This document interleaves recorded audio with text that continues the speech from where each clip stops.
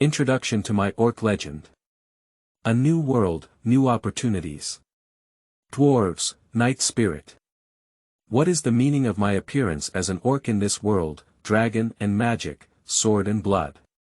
Glory Beast Kingdom, Floating Holy Cult Kingdom, Black Gold Empire, Supreme Empire. Revenge and become stronger. Forget the shame of the past, embrace new passion and glory. A dark and long path of pain is slowly unfolding towards me. Chapter 1. The Field of Mystery.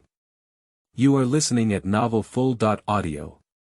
Alas, when it comes to world affairs, they are truly unpredictable. Just now, there were still dark clouds and lightning and thunder. In the blink of an eye, the sky was clear for thousands of miles. How did I manage to see the sky with my eyes closed? I tried to open my eyes. However, what awaits me ahead is not takeout, nor is it a fake friend's phone call asking me to treat, nor is it a boss's message asking about lateness and plans, but a light yellow sky. There is no cloud for 1,000 miles. I thought to myself, this weather is really getting more and more magical. Why is it like someone knocked over a bowl of butter in the sky? I tried to reach out and touch the surroundings, but in response, it was a void. It seems that I am still dreaming. Recently, I have been staying up late and working overtime. While multiple organs in my body are reporting to the police, I estimate that I can no longer distinguish between day and night. Coincidentally, while others are still worried about work and life, I can no longer distinguish the boundary between dreams and reality. Just as I was puzzled, there seemed to be a hand behind me slowly pushing me forward. Who is pushing me? I can't make a sound. I tried to stand up, but there was no sensation under my feet. The whole person is completely in a state of weightlessness. Why am I floating in the air? What's going on? I lost consciousness again before I had time to think. Hope it's not a sign of ghosts crushing the bed and sudden death. Chapter 2. The New World. You are listening at novelfull.audio. When I woke up again, there was a cloud and mist around me, and the strong wind almost made me unable to open my eyes.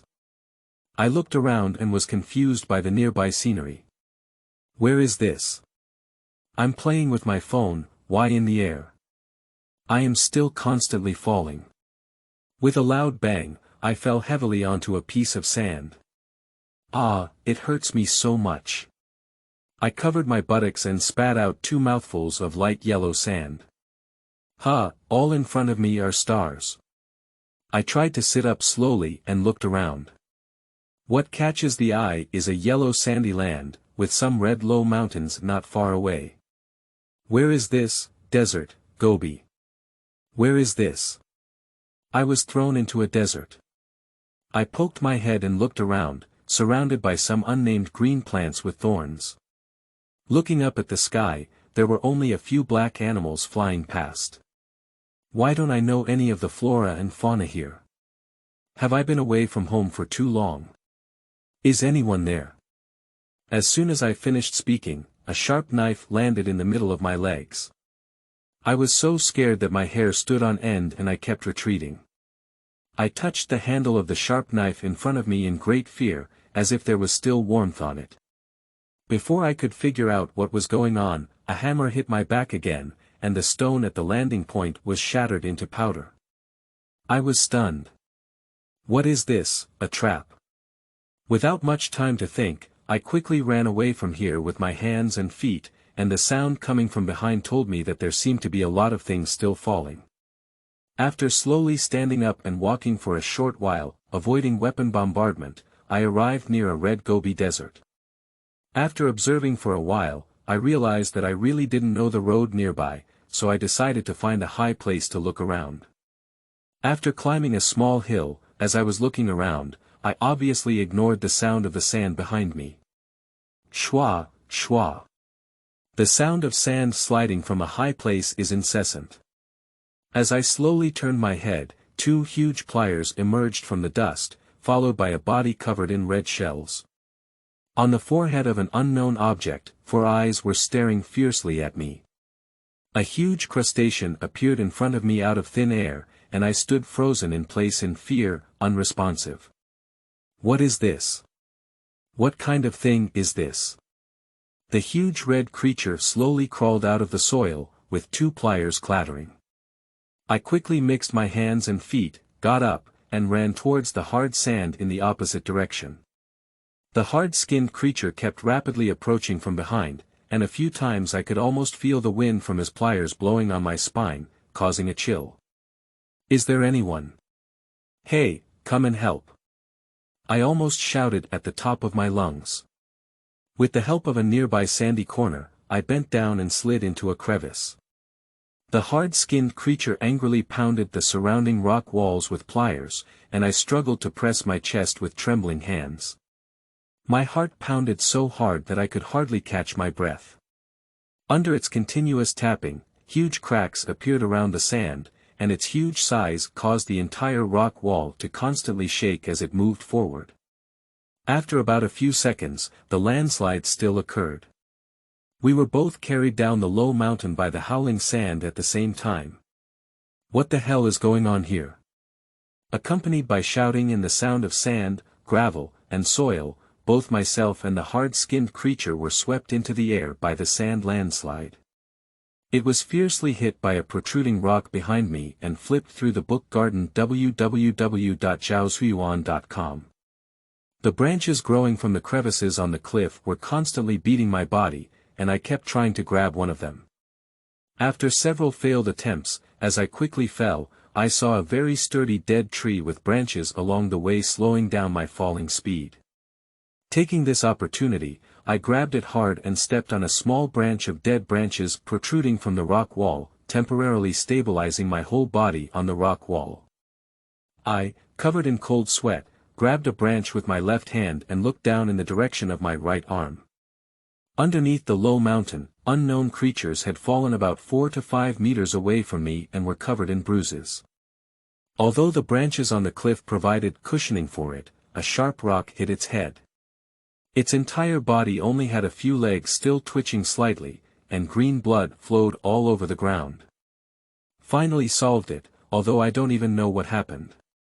I don't know why my legs are so warm. However, my danger is not over yet, and the small dead branch I stepped on keeps making a clicking sound. It seems that the dead wood cannot hold on for long under my weight pressure.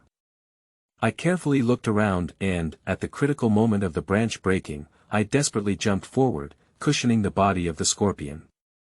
I rolled a few times and fell to the ground. Although I didn't pay too much to fall from a high place to the ground, the intense pain and shock just now made me tremble like a sieve, and the sharp claws of the scorpion also scratched my left leg. When my consciousness was blurry, I found that my hands had dark yellow skin. I even saw several creatures wearing gorgeous armor flying through the sky not far from me on winged dragons. I must be sick, absolutely. My eyes darkened and I lost consciousness. Chapter 3, Companions. You are listening at novelfull.audio. Hiss, it hurts so much. I rubbed my eyes and could barely see that the sky had turned dark. When I could fully open my eyes, I tried to sit up and look around. Desert, low mountains, green blood stains, and the bodies of big monsters. Extremely realistic. But when I looked at my painful left leg again, an unexpected scene happened.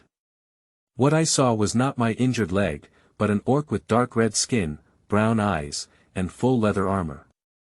He was opening his mouth wide and using bandages and wooden sticks to make simple bandages for my leg. His fangs made me suspect that he would be using me for dinner the next second. In the darkness, a dark red flame-shaped badge shone brightly on his chest. Seeing this scene, my chin should have been shocked. Almost done. The orcs are still bowing their heads to bandage me. When he speaks to himself, his language is very strange, and his pronunciation seems unfamiliar and familiar, just like an old friend he hasn't seen for many years. The key is that I can understand him and I understand his meaning. It should be referring to the progress of my leg bandages. What is this? A bandage. I subconsciously raised the question, but in fact, I no longer know what to say. He thought I was asking what a bandage was, but what I was actually asking was what he was. It's great to kill a strange scorpion on your own. I didn't have time to pay attention to his praise, but instead looked in the direction of the so-called strange scorpion in his mouth. There are two other orcs right there. They stabbed the gaps in the back armor and head of the scorpion corpse a few times, then tied it up with ropes, probably intending to carry it onto the small wooden cart behind them. I grabbed the orc's hand that was being bandaged with one hand and interrupted his bandage movement. Wait a moment. Answer me, what are you, orc? The orc looked at me with a puzzled expression on his face. Otherwise, what am I? I looked at me holding his hand. Wait. Wait, don't move. Are my hands like this? I raised my hands. In my eyes, there are two sturdy dark yellow hands, with rough arms estimated to have a diameter of over 10 centimeters. It seems that what I saw before fainting was not an illusion. No, this. I ignored the pain in my left leg and stumbled towards the nearby lakeside, suddenly lying on the edge of the lake. I looked towards the lake and saw a dark yellow-skinned orc face. I touched the skin on my face in disbelief, rough but incredibly real. Is this me? Chapter 4. A New Beginning. You are listening at novelfull.audio. Hey, I haven't finished dressing up yet. What are you running for? Aren't your legs hurting?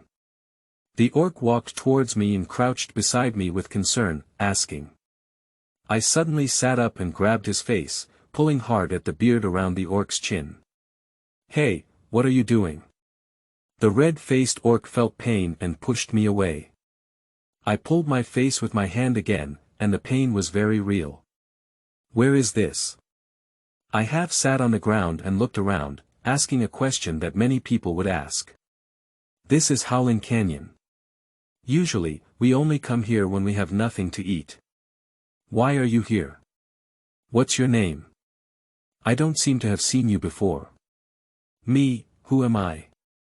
I looked at my face in the lake, and my last memory was when why do I have no memory at all? I remember. I was wrong just now. I sat paralyzed on the ground. My brain has already crashed at this point. The orc turned around to look at the direction of the scorpion. But you handled a strange scorpion yourself, it's pretty good. It's just that your pants are wet, so you shouldn't have been scared to pee, right? I quickly sat with my legs crossed. Cough. I think I'm sweating. I was actually scared to pee, chased by a huge scorpion, grabbed a branch from a few meters high, and fell a few meters. Coming and going back and forth at an altitude of nearly 10 meters is scary enough. I looked at the dark yellow skin on my hands, who am I? To be honest, I don't have much memory either. As soon as I opened my eyes, I quickly fell into the sky. I fell from a height where clouds could be seen, but my butt hurt a little. That's quite bizarre. I can't figure it out. Can I still figure out who I am? While I was still racking my brains, the orc introduced himself. My name is Lalfa from the Donghua clan. Let's take the Kiscorpion back together. When we arrive at the campsite, we will make you a set of equipment, then get some clothes and put them on first. You can't just wear your upper body and wet your pants. I looked at my injured left leg. Okay. I really need help. Ralph patted my shoulder. You don't need help, you need assistance. We don't help you, there are predators nearby. I limped towards the direction of the other two orcs with the help of Ralph. An orc looked at me and then leaned in Lafa's ear and said something. After Lafa and I distanced ourselves, we observed and then shrugged. Judging from their appearance, it seems that they are looking for something. I turned my head to look at the huge canyon crack behind me. Next to it are a broken dry tree branch, strange scorpion blood on the ground, and a dark yellow-skinned orc in the reflection by the lake. I can only forcefully persuade myself to accept this unique spectacle before me. Ralph helped me and looked at my face. I was a bit staring at and getting a little flustered. What's going on? Why did you ask me what it was just now? I don't know what you mean by that question. Laffa asked. I looked at the scattered stars in the night sky and didn't answer him. Because I also want to ask myself this question. But Ralph's face surprisingly showed a hint of joy. Did I get tricked? Chapter 5. Returning Home. You are listening at Novel Full.audio. The night gradually darkened. Ralph supported me as he walked, letting another orc see if there were any nearby branches that could be used as crutches. Another orc in the rear was slowly moving forward, pulling a small car with ropes tied to the body of the scorpion. Where are you from? The orcs we usually come to this location in the Howling Canyon are the most elite brothers, and we haven't seen you before. Ralph looked at me and broke the temporary silence. It's already very deep here. I've only seen Liu Monk come here before. After all, they're so big, they're so talkative. I touched the painful head. Actually, I can't remember very clearly either. I only remember before, I was playing, I looked up, trying to think of some clues and memories. To be honest with you now, I don't remember anything. Well, I don't remember anything. Ralph propped his chin with his right hand. Then you should remember, where did you come from? I only remember waking up and quickly falling in the sky. I looked at the sky in confusion and answered. Quickly falling.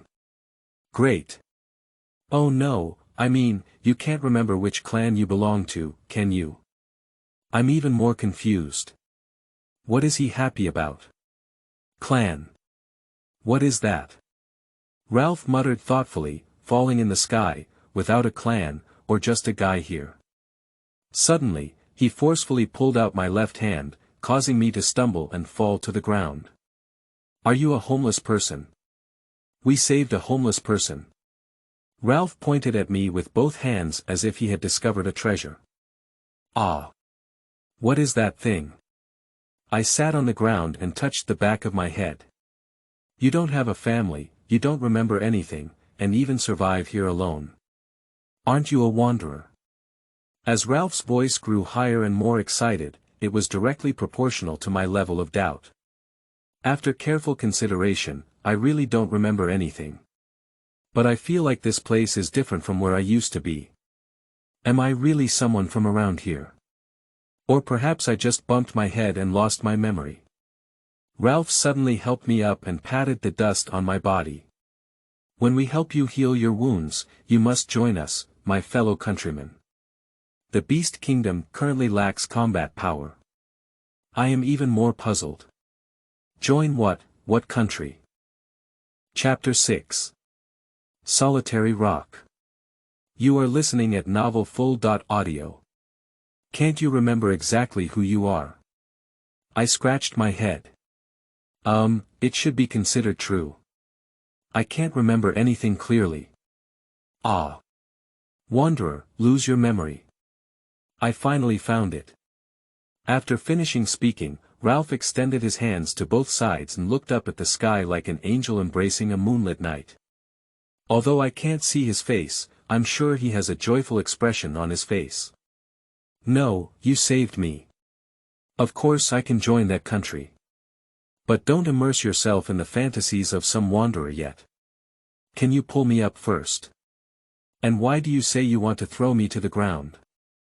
I sat half on the ground, with my left leg crossed, making my most urgent request. Okay. Ralph helped me up. Oh, by the way, what's your name? Wanderers don't have a family, they don't ask for anyone, but they should always have their own name and story. I suddenly didn't know how to answer. I actually don't remember my name.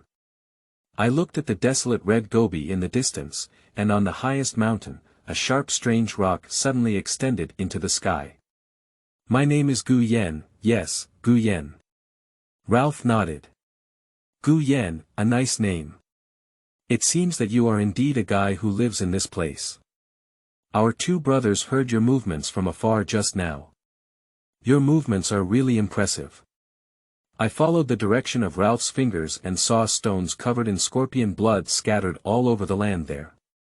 I thought carefully and just now, 'cause Scorpion and I accidentally fell off a cliff while chasing. Afterwards, I quickly grabbed the branch and stepped on it, relying on my own strength to jump towards the scorpion. If these movements weren't for their strong athletic abilities, they wouldn't have been possible. After all, no one dares to casually claim that they can achieve the distance in the air. In the current situation, I am injured and joining the Lafarve team may be a good choice. Speaking of Ralph, joining you is possible. What exactly does the specific definition of me as a wanderer mean in your mouth?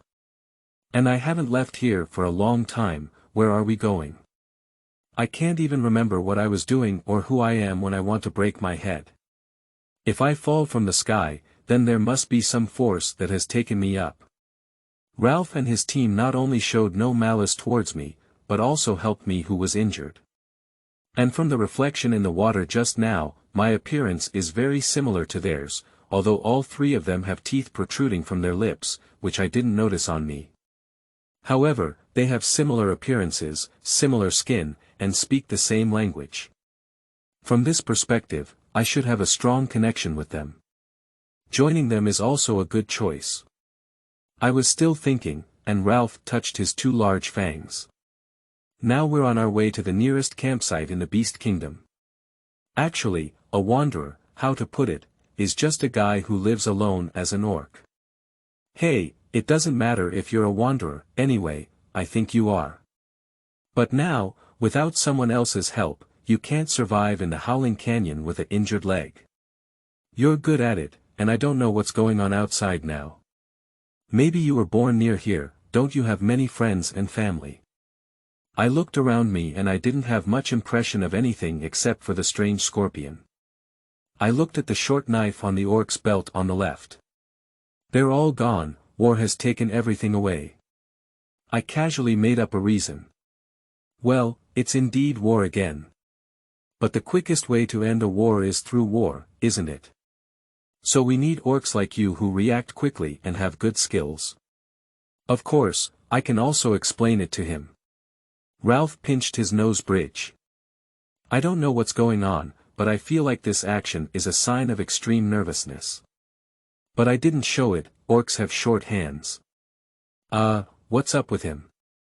But, by the way, where are we going, and what about the food and drink? My wound. Try using this first. Before I could finish speaking, the orc behind Lafa, who had just been wearing a short knife, handed me a rough processed redwood branch with a very clean round head cut out from the top, which would not shake my hand at all.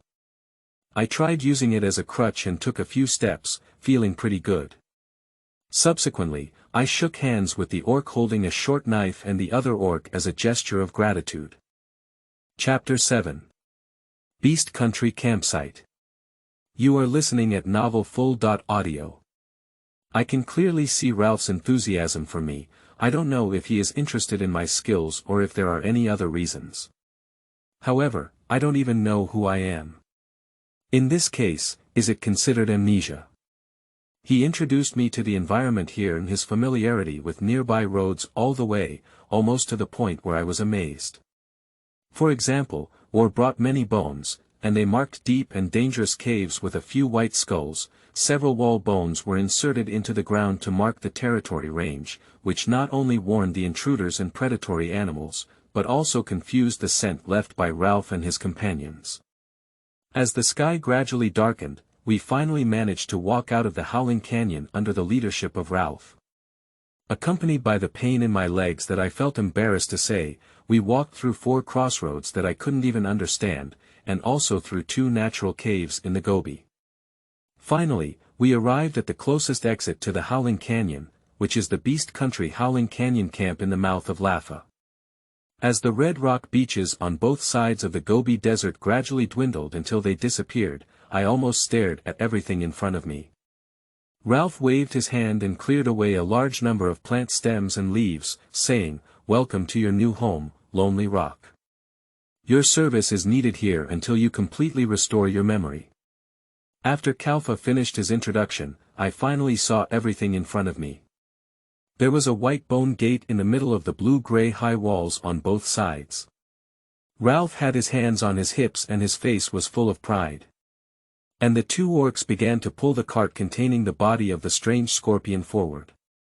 I unconsciously followed forward slowly, pushing open the door decorated with bones for the two orcs. I pushed the door and kept touching it up and down with my hands. Oh my God, is it really bone? I push open and close.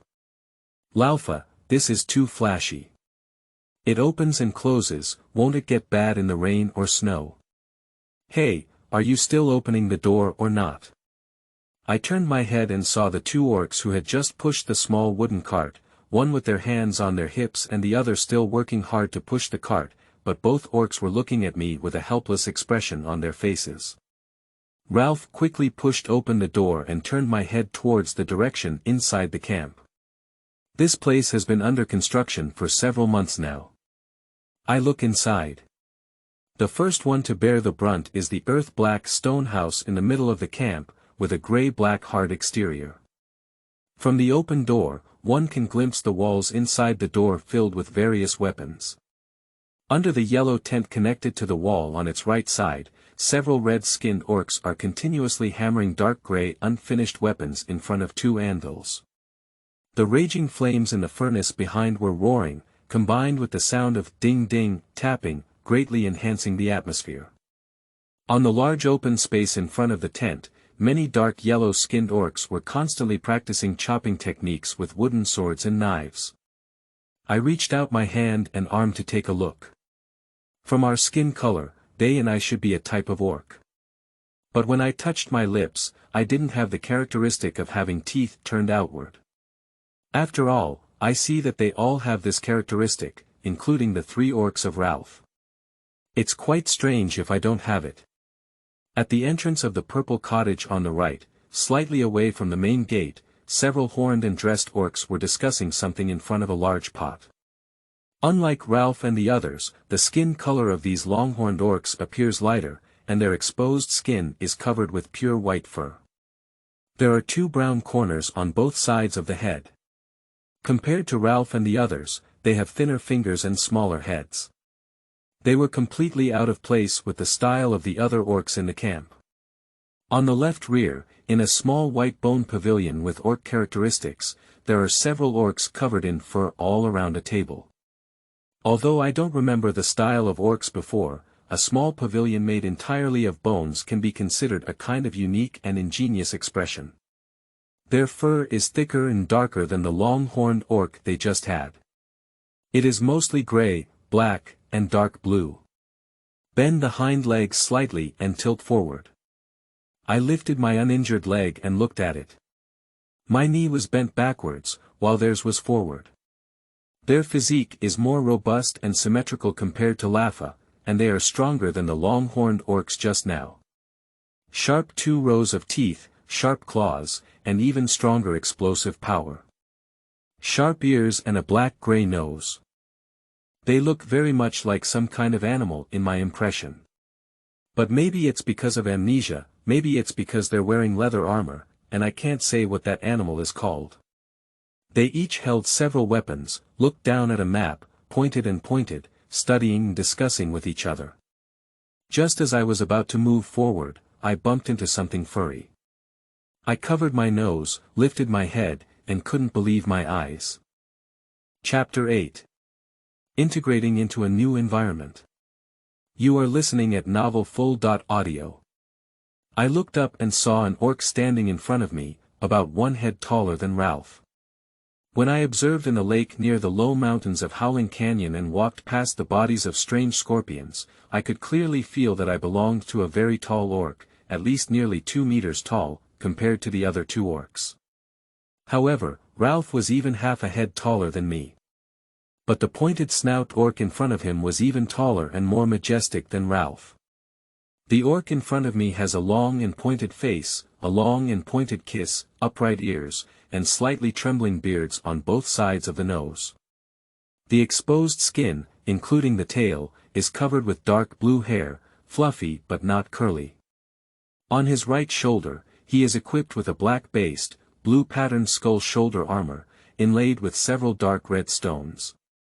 The skull's teeth are connected to a red cloak, and under the cloak, the front end of the muscular arm is adorned with 5 shining steel claws. There is a pentagonal badge on the cloth armor on the chest, engraved with a winding green line and a claw mark in the middle, which seems to be on a red heart-shaped background. To be honest, this silver-gray orc is a bit cool. I looked up slightly, almost looking up at his chin, unsure of what to say for a moment. Lalfa quickly took 2 steps forward to support my shoulder and placed one hand on my chest as he introduced himself, saying, "Gavin, this is a wanderer from the Howling Canyon. He was a bit injured and named Solitary Rock. I just brought him back, and my skills are pretty good. I killed a strange scorpion myself." Then Ralph pounded his chest. Gavin touched his chin with his left hand, and his purple eyes kept looking at me from top to bottom. To be honest, his gaze made me shiver uncontrollably. Suddenly, he slammed his steel paw onto my right shoulder and patted it a few times before slowly and deeply saying, "Lonely Rock, welcome to the Howling Canyon camp. Adapt to the rhythm here as soon as possible, and don't explore the world beyond the white bone markers. I am going from the Ruatian tribe on the edge of the continent, and the tender-skinned monkey needs our lesson very much." However, before I could finish listening, I noticed Gavin leaning to one side, seemingly avoiding the gaze of the orcs around him. Then he tilted his head slightly and gave a glance to Ralph. Seeing this, Ralph pinched the leather armor on his chest and nodded. "What are they doing? What kind of secret meeting is this, when I don't exist?" Then Gavin gave Ralph a chest thump and quickly left, leaving my just outstretched hand awkwardly suspended in the air. Lalfa looked at my outstretched hand in the air and explained. "He's very busy. Remember what he said, I'll take you around the campsite first. I still care more about what little tricks he and Gavin are doing." He turned to the 2 orcs who had just walked with him and said, "Xingyang, let Kiscorpion help Yi Dilua and the others, and then go to the blacksmith's place. Long Hui, go and see if Een Lando is missing any help." The orc named Long Hui nodded and quickly ran towards the big tent where several pointed-snout orcs were located. Xingyang began to push the cart that bound the bodies of the strange scorpions slowly towards the long-horned man. Ralph turned around and leaned on my shoulder, constantly introducing the rest and meeting areas of the camp. I also leaned on a wooden stick and slowly followed him while watching the layout and distribution of the campsite, full of admiration. I sat on a small chair inside the tent. Ralph chewed on the jerky he had just picked up from his inner pocket and handed me another piece. He was eating while his hands were constantly gesturing in the air. "Friend, you are also a member of the war, aren't you?" As he spoke, he grabbed a piece of meat in one hand and scratched it around his neck. "If we hadn't helped you at that time, the toothpicks we passed by might have eaten you the next second. No matter who you are, you may not know all the nearby 5-tailed grass, dragon-tooth grass, and empty valley flower. Besides, with an injured leg, you could have withstood the heavens and couldn't walk out of this canyon. From your reaction all the way just now, you knew that you definitely hadn't left there much. You definitely couldn't handle the swarms of tooth-eating beasts. Instead of letting you die in the crying canyon, why not join us? Do you think so? What you said makes perfect sense." In fact, I thought to myself that I don't even know any of the terms he mentioned, and I don't even know what he meant. But indeed, I don't know the nearby road, after all, I don't even know who I am. "So you don't remember anything? You only remember falling from the air, right?" "Yeah, I just remember falling from the air and having many weapons chasing me. I was so scared that I kept running. As I ran into a big scorpion, the strange scorpion in your mouth, and—" "Slow down." Ralph reached out and interrupted my self-narration. What's wrong? Did I say something wrong? You said, what's chasing you? I thought for a moment. What's that, strange scorpion? No, it's not. Ralph waved his hand. Move forward, when you first fell off. I have thought it over again. Weapons, they seem to have self-awareness, chasing me down. They almost killed me. Fortunately, I was quick-witted. You know, that hammer. I'm really impressed. Ralph patted his thigh with regret on his face. What's going on? Ralph waved his hand. It's okay. Join us, Guyan. Help the beast country stabilize the situation here and end the turmoil of the war as soon as possible, okay? What? No, your behavior makes me feel like you know something. Is it that Ralph was trying to plot against me? It's impossible. He even saved me by plotting against me. Isn't this spinning in place? I was a bit speechless for a moment, and I didn't know what he was up to when looking for Shuyuan www.zhaoshuyuan.com. I had to bite off a piece of jerky to shift the conversation and say, It's really nice. This taste is so cool. Lalfa patted my shoulder and said, not bad. Although dentures are very dangerous, their thigh meat is unbeatable. When Longhui and they are busy, you will join their reconnaissance team specifically to find dentures. You can eat the first batch of denture thigh meat. Lalfa looked at the low mountain outside the camp wall, with a slight smile on his face. Okay. I looked at Lalfa's hand gesture and couldn't help but awkwardly smile together. This place has just been built for a while, and apart from the nearby pack oxen and tusks, not many people know about it. There are low mountains on one side and Gobi on the other.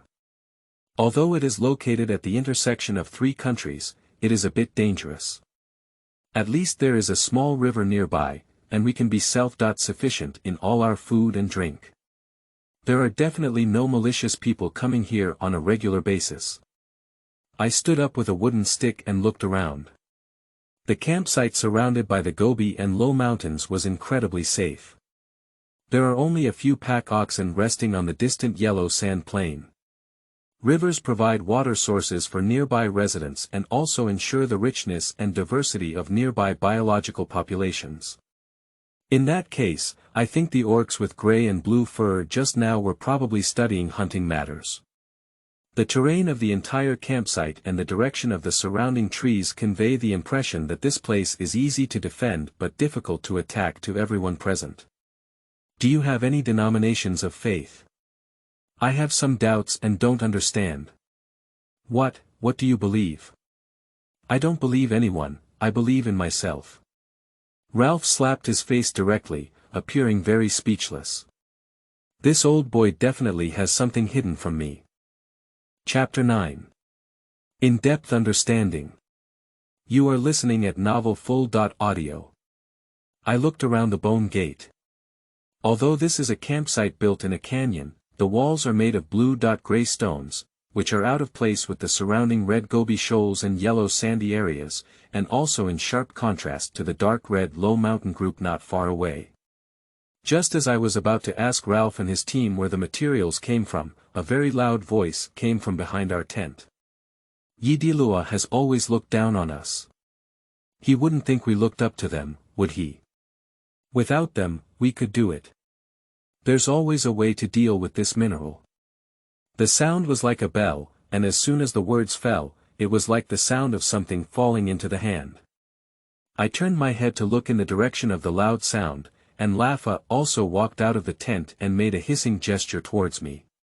He quickly ate the dried meat in his hand and took out a few pieces of dried meat from his clothes and placed them on the plate on the table. Just as I was curious who had such a loud voice, a slender female orc emerged from behind the tent. She turned her head to look at me, then at Ralph, and pointed at me, saying, "Is this the wanderer Longhui mentioned?" Ralph nodded. I looked at the female red-skinned orc, and her fur armor was full of the aura of war. The gaps in the lower armor are different from those of Lafa and others, using red fabric to create a satin-like effect, or can it be said that it is a skirt? Full body armor gives a feeling of bravery and elegance. The figure is symmetrical, and there are many scars on the exposed parts of the upper body. The two medium-sized axe blades on their backs were also bloodstained, indicating that their owners were very dangerous. The leather armor on the chest bears two intersecting light yellow lightning symbols. The female orc crossed her waist and looked at me, from top to bottom, and then from bottom to top. After a while, a few words popped out of my mouth. I thought the wanderer was covered in scars and carrying weapons, but it seems like that's all. I looked at Ralph as if seeking help. Ralph stepped forward and pounded his chest with his right hand, then patted my shoulder and said, "Lonely Rock, a wanderer nearby." He pointed his palm at the dish and introduced. "This orc woman is a vessel, the clawed warrior of the Thunder clan. If you have any discoveries or task requests in the future, you can tell her directly if I am not available." The dish still looked at me with its mouth curled. Just as I was wondering why the pronunciation in the dish's mouth sounded strange to me, the dish looked around me twice. He reached out and pinched my arm, patted my back, and finally looked up at my face. She was shorter than me, and suddenly he grabbed my head and pressed it down to the same height as her, then stared at me intently. I was a bit panicked by her gaze, and my hands could only clench into fists at a loss. In order to ease the awkward atmosphere, I straightened up and imitated Ralph's right hand, clenched into a fist, and pounded my chest. I didn't expect the other party to wave their hand. "You're not qualified yet, where are you going? You just follow Lalfa first, and when you become a qualified warrior, you can offer me a gift of honor." After finishing speaking, she turned her head and left, holding the dental pulp that Lalfa had just placed on the table. I watched in surprise as she held the meat and shook it in her hand, loudly scolding them for not getting anything all day.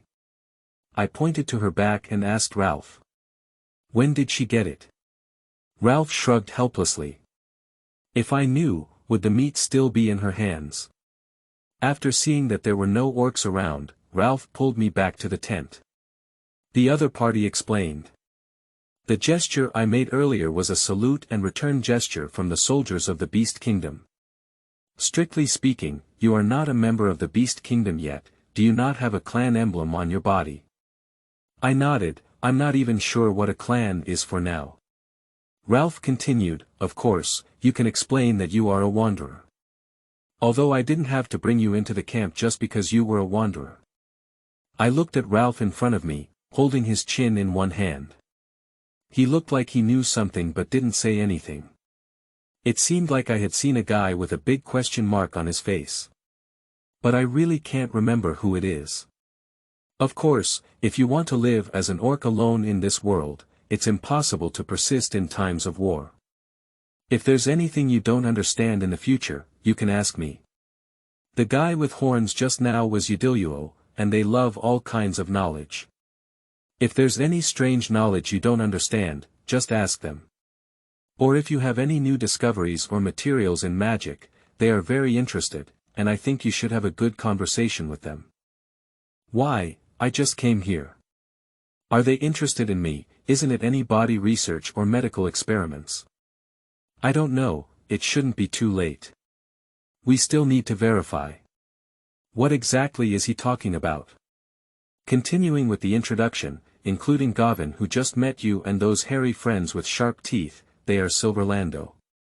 Powerful predators and predators, responsible for the main food supply and basic training for hunting in the camp. Neen and we are both warriors of the Beast Kingdom. Neen and I are warriors of the Beast Kingdom Claw level, while Gavin is a Blade level warrior of Silverlando and the initiator of the Howling Canyon camp. We are a group of orcs gathered together with a common goal, and I think you should understand. I nodded vaguely. Ralph pointed out the window. Those creatures with yellow, red, and yellow fur are Lahore. Some have manes around their necks, while others are covered in fur all over their bodies. They are also muscular like orc compatriots. However, their race is facing some internal problems now. So you will see fewer Lahore creatures in the camp. Okay, I will remember each one. Ralph looked at the wound on my leg and said. You take a break first. The campsite has just been established, and we are particularly short of medical resources. Coincidentally, Yidilua is organizing the recently discovered ancient books and various textual materials. If you go to help, they may use healing magic to help you recover faster. Thank you. You should be that kind of physique. I thought for a moment. Okay, thank you, Ralph. Thank you for your help today.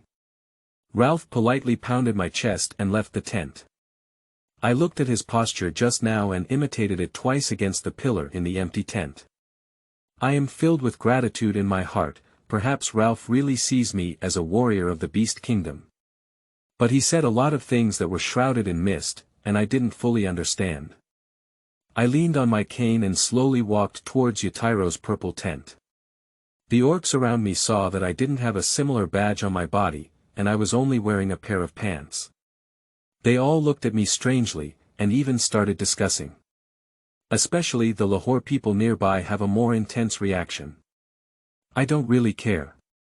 A large, red-skinned orc walked towards me, and I made way for half of my position. I didn't expect him to walk directly in the direction that gave way to me. Unable to dodge, I was hit by him. The other party had an angry expression on their face, as if they were about to eat me raw.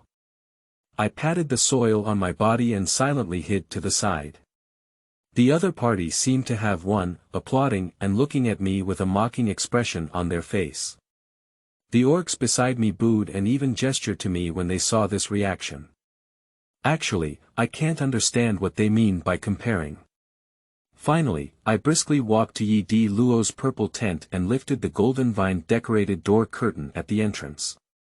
I was about to open the door, and through the shadows on the ground, I could see someone who had just flashed past the door. Someone should have been looking at me from the window next to the door just now. I pushed open the door. Hello, I'm a homeless person saved by Lafa. I heard I need help here.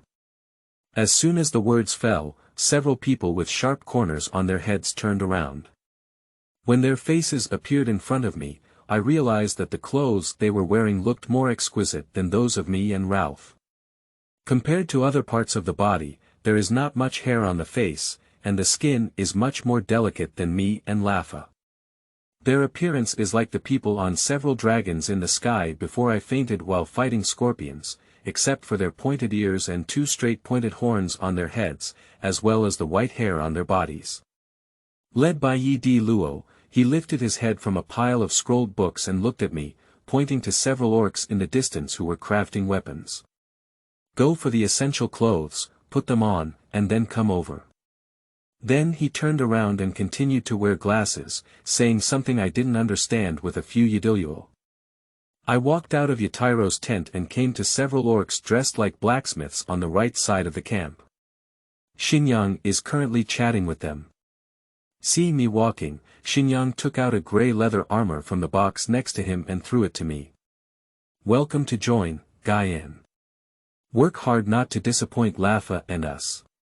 One day, perhaps we can defeat the young monkey from the northwest and the dwarf from the northeast together.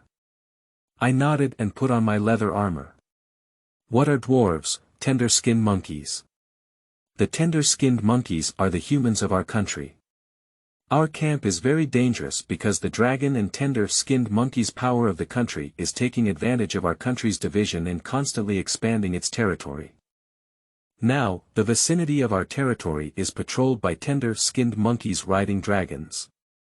Xinyang looked at the large anvil next to the fire and continued to replenish it. Dwarves are those dwarves in the northwest mountains who use special magic to master mysterious technological powers. You can see the remaining information in the cabin you just came out of.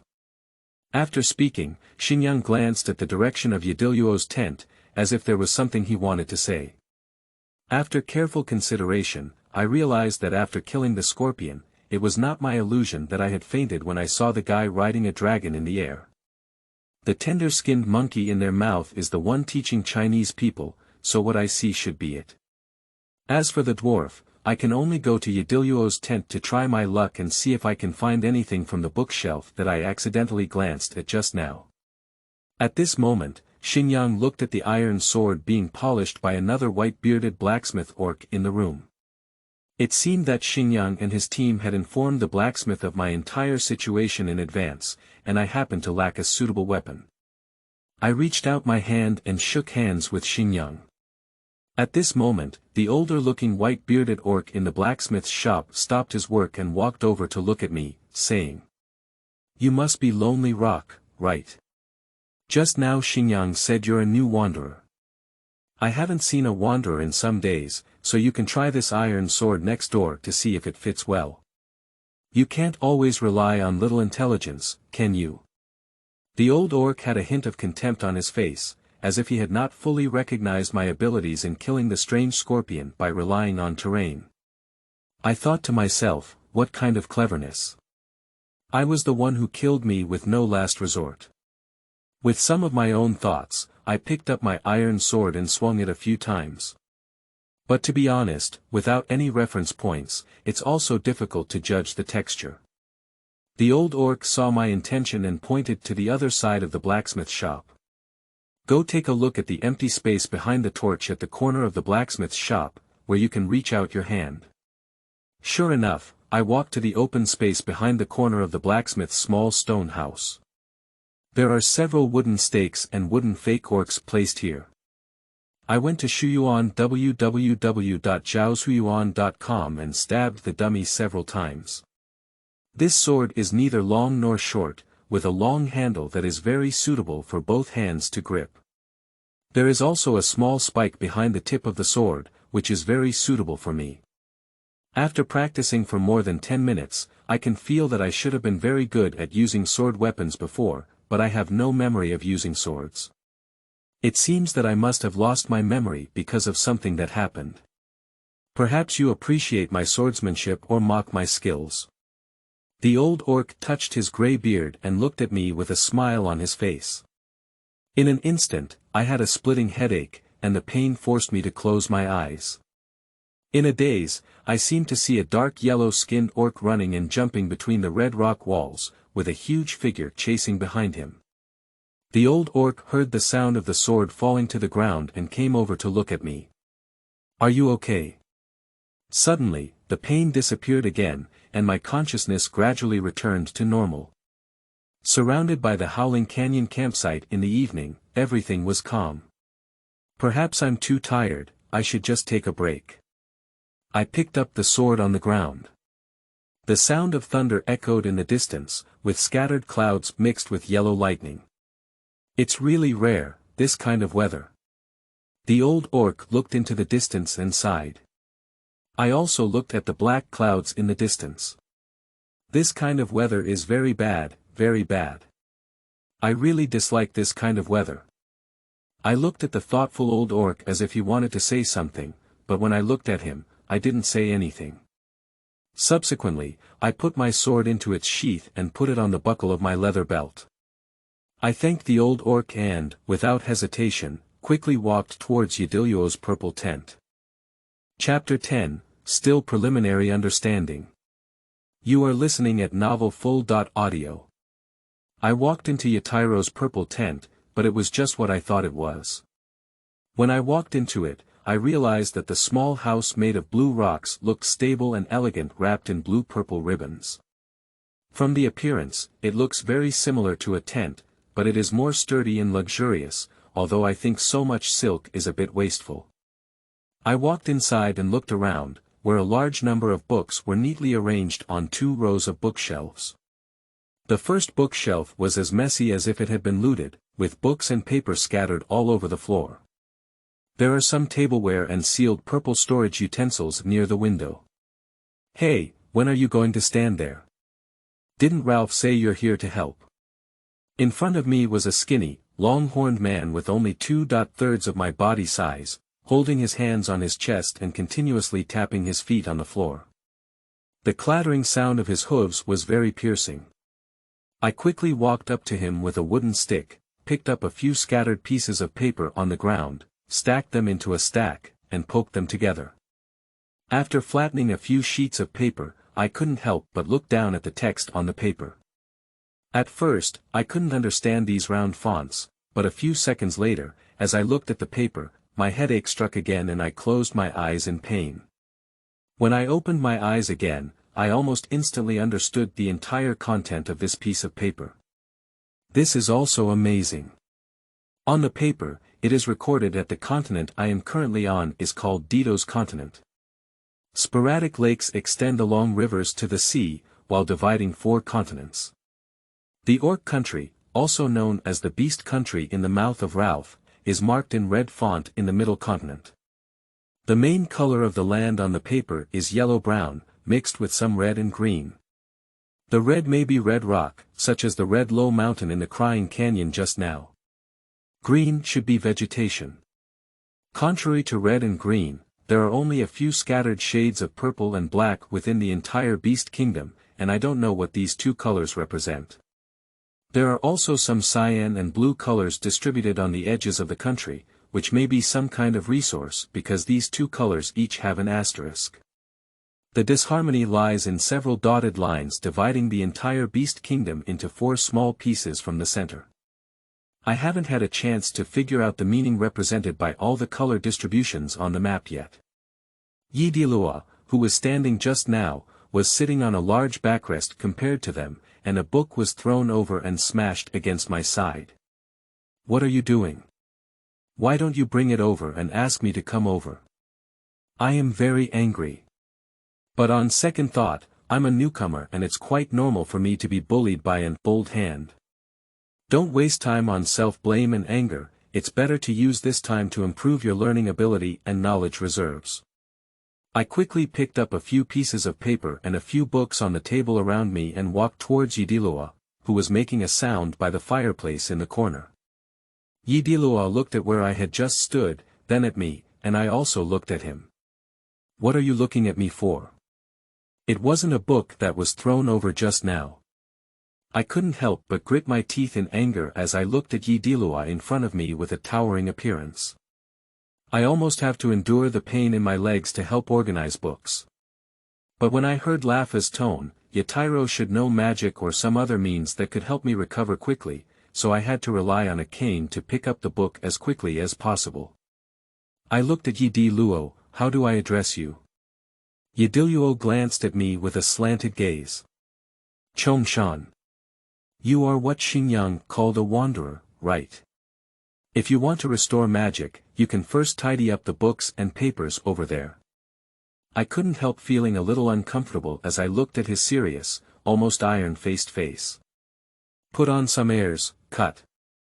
I slowly walked to the edge of the bookshelf, where a few Yidiluo were leisurely looking at the books in their hands, occasionally taking notes.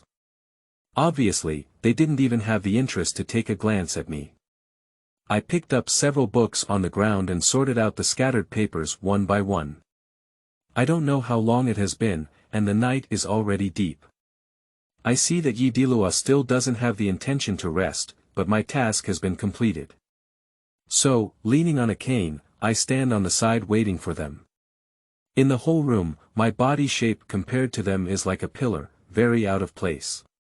Chongshan looked at me as I had almost finished cleaning up, and then at the clean floor I had mopped over, feeling very surprised. Chongshan walked up to me again and carefully observed my appearance, as if trying to find something. He looked at me, constantly scratching his head. Many white hairs on his head also fell to the ground, and I was afraid that he would ask me to sweep the ground again and do it again later. Can you understand all the words on these papers? I took several pieces of paper from the other party, picked them up, and looked at them separately. Ah, I understand. What does this say about the continent of Titus, the distinction of species, and... Suddenly, he seemed to have noticed something, clenching his fist in one hand and hitting the other. Then he picked up a pen and a small notebook from the table. You go rest first. I'll give you this little notebook and pen, and come back tomorrow. I slowly walked out of Yatiro's cabin. The voice of Chongshan came from behind. Remember to show me your notebook tomorrow. His attitude has changed really quickly. When I first arrived, I yelled and started giving things now. But he still didn't help me heal my leg injury. I was just about to move forward, but in the middle of the camp in the evening, a huge campfire was burning on the open space where they were practicing. Many orcs sang and danced, the gate of the camp was also open, and some strange thin and tall guys wearing high hats entered the camp. I got closer and wanted to see these strange visitors of mine. Under their black robes, they had blue-gray skin, and under their hats, no expression could be seen clearly. The 2 rows of white teeth looked very penetrating in the darkness. Seeing these, I instinctively stopped and slowly retreated.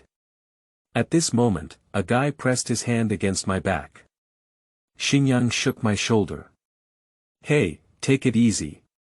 It's just a wandering monk, haven't you seen it before?" A wandering monk.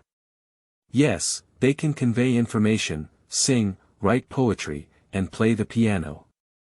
They are very popular in remote areas like this. You may not need them, but in places like our campsite where there aren't many people coming, they are very popular. I breathed a sigh of relief. Several wandering monks bounced to the side of the fire, and dozens of orcs suddenly fell silent. 4 orcs also voluntarily gave up their seats for the wandering monks to sit down. The tall and thin wandering monks were almost as tall as the eaves, and their expressions were hard to see under their black high hats. Xingyang pushed me, so I had to find the outermost spot by the fire and sit down. Xingyang and 2 orcs also sat next to me. I just realized that even if the wandering monks sit down, they are even taller than the orcs who gave them a seat to stand up just now. 2 wandering monks holding instruments suddenly began to play, their voices sharp and mournful. The tallest wandering monk in the middle slowly lifted his head, and I realized that he must be the scariest guy I have ever seen in my life.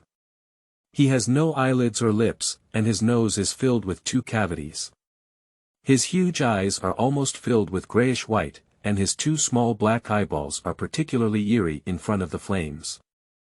I watched him get goosebumps all over, even subconsciously gripping his sword with one hand. However, the orcs around me were patiently waiting for the wandering monk, as if his words were as delicious as the thigh meat of the tusk, although I have never seen a complete tusk until now. The highest wandering monk lowered a large, sparkling white harp made of special materials from behind and stood it in front of him, playing it with one hand and the other. Why is it called a special material? Because when he takes it out, there is an indescribable special aroma in the air. Slowly, the piano made a sound. One sound, with a deep and mournful tone. The shorter wandering monk placed the glowing white small chain horizontally on his legs, and his slender white fingers brushed the strings of the chain. The melody is melodious, crisp and beautiful. The 2 wandering monks slowly accelerated their playing speed, and their slender fingers played like a march. The music, from low to high, is like the absolute sound in an empty valley, like the roaring and rushing river water, inspiring people's fighting spirit. Lando heard the sound and walked out of the room, standing beside the room with her arms crossed, listening. Slowly, the pace slowed down. The performance turned into a dance again, like a small bridge flowing water. The voice gradually lowered, and the moonlight was like water. The red-skinned orc sitting between Xingyang and me also slowly shook his huge body with the music. However, this scene was extremely disharmonious in my eyes, and even when he stood up and kept twisting his body so much that his buttocks touched my shoulders several times, my sword-holding hand trembled slightly with anger. As the monk holding the small chain tucked it into his sleeve, the tallest monk continued to carry the chain back onto his shoulder, and the narrator in the middle began his performance. The river is flowing incessantly, and here it's still so bitter and sad. As his speaking speed gradually increased, his hands also kept swinging in the air. Teach the country, dragon cavalry. Dwarves, mining carts. Orcs, plundering teams. His hands were constantly entangled and spinning upwards, and I widened my eyes as I watched his hands move up and down like fluid. I even saw some orcs imitating his movements, but they couldn't. That's right, if they can do it, I'll probably faint. Internally, it can be sharper and darker. The wandering monk's mouth twitched. Moonlight and flowing water represent peace, but not here. After speaking, he looked at the fire. Said a sentence that we all couldn't understand. When the wind and waves are calm, when the dark clouds are pressing down on the city. Don't take the initiative to provoke trouble, this is our suggestion. After the monk finished speaking, he slowly stood up. In my eyes, the surroundings experienced a few seconds of silence. The red-skinned orc next to me was the first to stand up and applaud loudly, and Xingyang and Lafa across from me also gradually applauded. I slowly, word by word, recorded what Liu monk said using the notebook and notes that Yi Dilua gave me today. Most of the orcs I see have a bewildered expression on their faces. However, after listening to the performance of the wandering monk, their eyes seem to sparkle with light. Actually, my inner thoughts are that I can't understand anything I'm saying. Perhaps looking at my puzzled expression, Xingyang leaned towards me. We usually stay in this camp and have no interaction with any other creatures except the enemy. Every day, we just eat meat, drink water, and have a good sleep. You probably don't understand how to train soldiers, fight, and kill enemy soldiers. I nodded vaguely. Do you never leave the camp? Xingyang shook his head. Except for hunting and going on an expedition, we have never left. Each of us orcs has a reason to come here. Like you. For my quick conversation, Xingyang fell silent for a moment. Did you fall from the sky? I remember it was. But have you lost your memories about yourself? Really? Xingyang patted my shoulder. Let's communicate more with Yi Dilua and the others. They need orcs like you. But I think you're even afraid of the wandering monk, so you shouldn't be the guy they're looking for. I looked at the black-clad and black-robed monk who was 2.5 heads taller than me, without eyelids or lips, staring at 2 copper bell-shaped eyes. He was so embarrassed that I didn't know what to say. At the same time, in my spare time, I noticed that Goen and a few silver landos whispered something before returning to the resting house. Yadiluo did not appear from beginning to end, but their purple cottage was illuminated and shadows flashed by the window. Afterwards, the vessel handed several shiny silver coins to the shortest wandering monk. However, the shortest wandering monk is estimated to be over 2 meters tall. He bent down to accept the coins in the dish. This scene seemed quite interesting to me, with 3 black and slender tall figures, like 3 huge plants in a howling canyon. When Liu monk reached out to pick it up, I noticed a tattoo on the inside of his wrist that resembled wings, with 2 large white shapes on top and 2 small shapes on the bottom. It looked very hidden under the black robe. If it weren't for me being on their slanted back and the bright flames, I wouldn't have seen it. I have also recorded this in my notebook. Xingyang grabbed one edge of my notebook and looked at it in confusion. Ah, is this what Yi Dilua gave you? Yeah, after all, I've done a lot of things. Xingyang then looked at Yadiluo's purple cottage. It's really strange. So, what are you doing? I certainly can't say that I don't remember anything, I'm gradually getting to know everything. Just jot down the things about the campsite. Familiarize yourself, familiarize yourself. Xingyang looked at me with an awkward smile and didn't say anything. He casually patted the arm of the red-skinned orc. This guy is a dull axe, and the food you'll eat will come from him soon. It will definitely impress you. The red-skinned orc patted his chest. Lonely Rock, isn't it? It's nice to meet you, Blunt Axe. After speaking, his 2 big hands pinched my right hand as hard as a fruit. Unfortunately, my intelligence is not very high. Xingyang whispered. Hello, hello. I quickly withdrew my right hand and looked at the red part in the middle of my originally dark yellow skin. I couldn't help but think that this guy's strength was too strong. Later, when Xingyang was about to introduce him, Longhui next to him waved his hand, indicating that there was no need for an introduction. I quickly took 2 steps forward to shake hands with him. Long Hui, thank you and Ralph for their help today.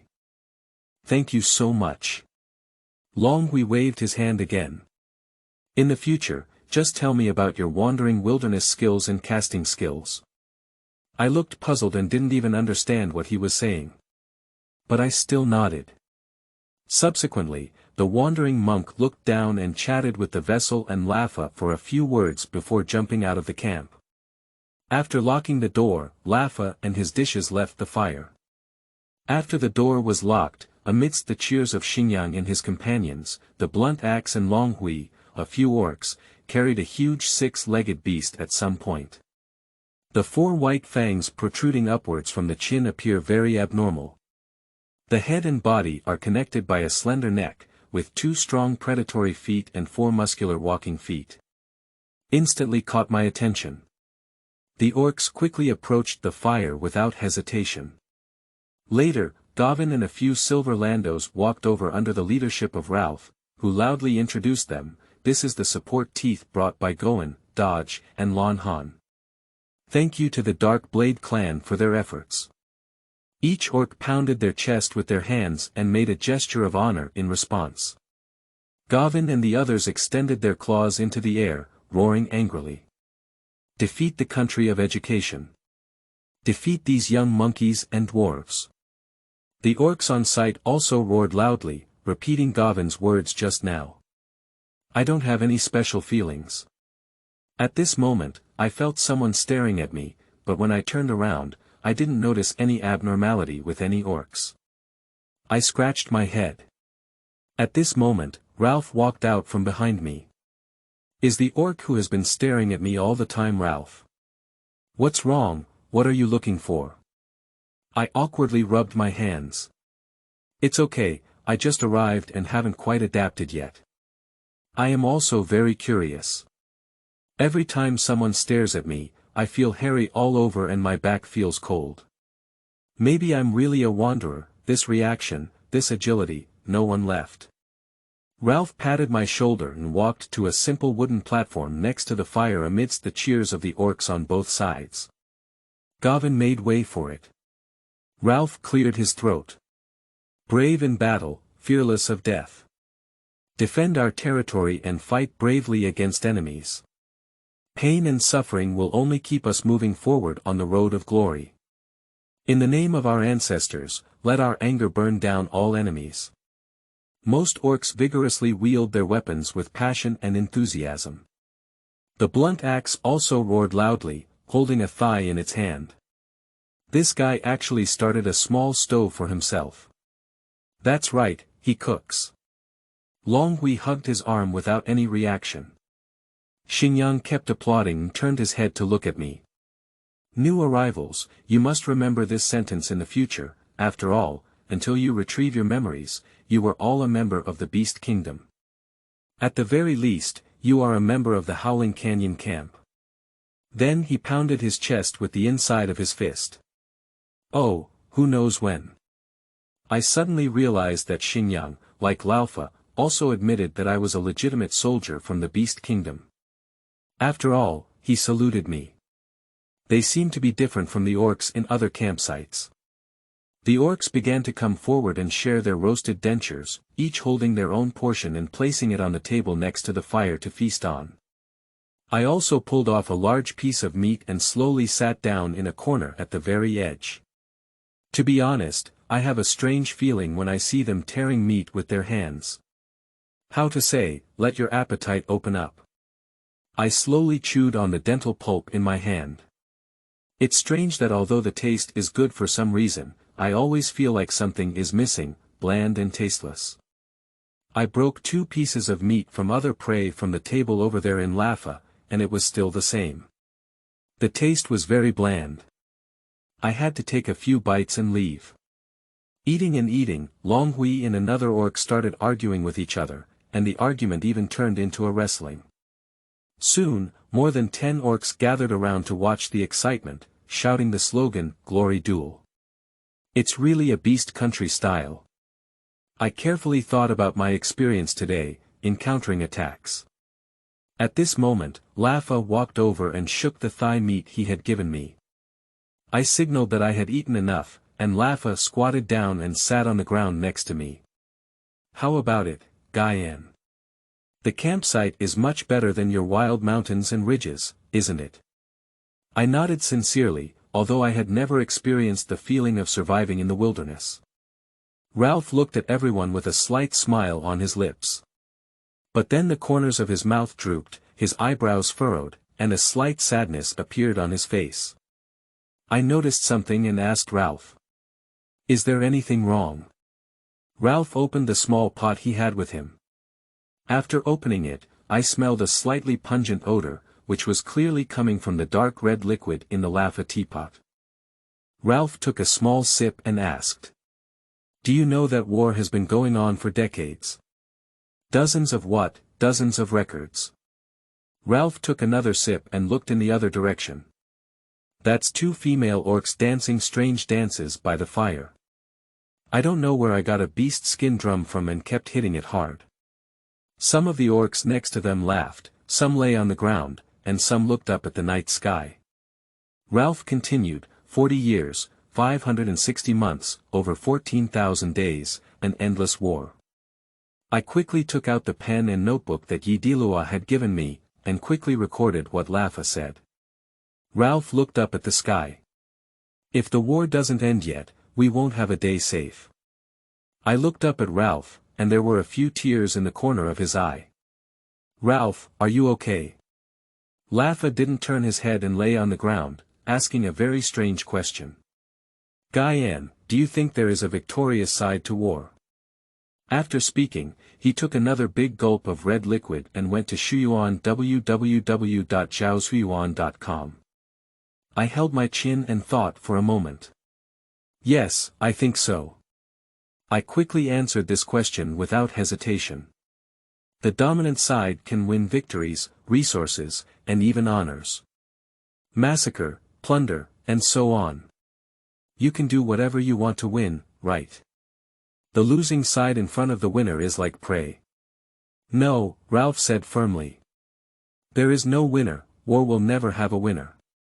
You can never retreat with your whole body. Look before your eyes. Ralph suddenly sat up and pointed to the orc compatriots next to the fire in the center of the camp. Perhaps Ralph is an anti-war activist, but it is also possible that he has been stimulated by what? Everyone was singing and dancing, looking at the dull axe still devouring the toothless flesh with a disdainful expression on his face. Xinyan loudly boasted about his combat skills in the midst of several orcs. 2 orcs desperately wanted to chat up with the other 2 female orcs, causing a tug of war. However, upon hearing of this situation, the dish that arrived punched the former and flew away. On the side of Een Lando, Lon Han waved his sharp sword up and down, which drew cheers from the Een Lando of the Rueishin clan and some other orcs. If there were no wars, you could see these every day. Ralph paused for a moment and patted my shoulder. Go rest, you still have to help Yidilua work tomorrow. Lafa stumbled and walked towards the tower on the other side, his steps blurred. I took off the sword behind me and looked back at his lonely figure, choking silently. I can't believe that Ralph, who gave me optimism and enthusiasm, has such a side. It's getting late, so I'll go ask Xinyan where I can rest.